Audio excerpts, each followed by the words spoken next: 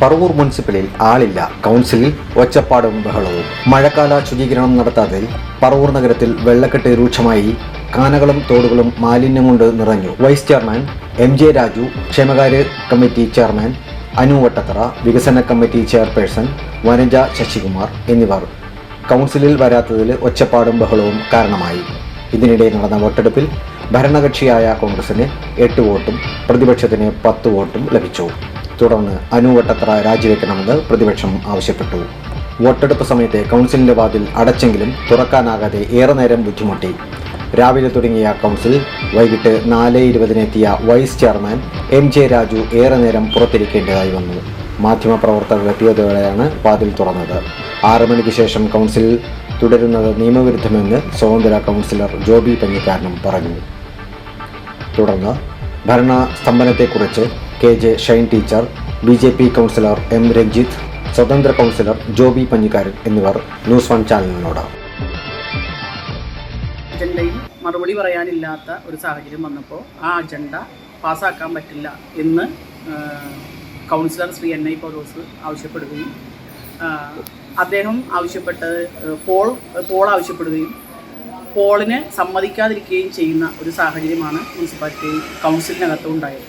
ആ സമയത്ത് പ്രതിപക്ഷത്തിരിക്കുന്ന എല്ലാ കൗൺസിലേഴ്സ് ഏതാണ്ട് 10 പേരുണ്ടായിരുന്നു.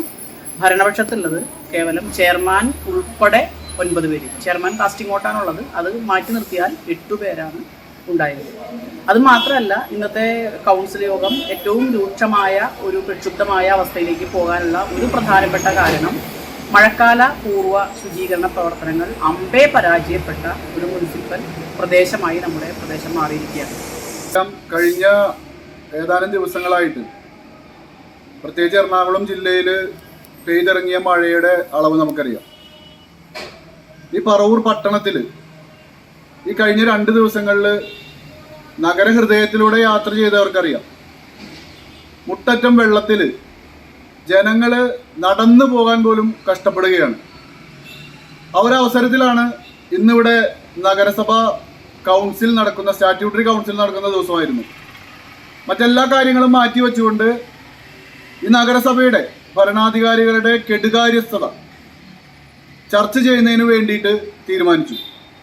മുൻപൊരിക്കലും കാണാത്ത രീതിയിലുള്ള വെള്ളക്കെട്ടാണ് വ്യാപകമായ എല്ലാ മേഖലകളിലും.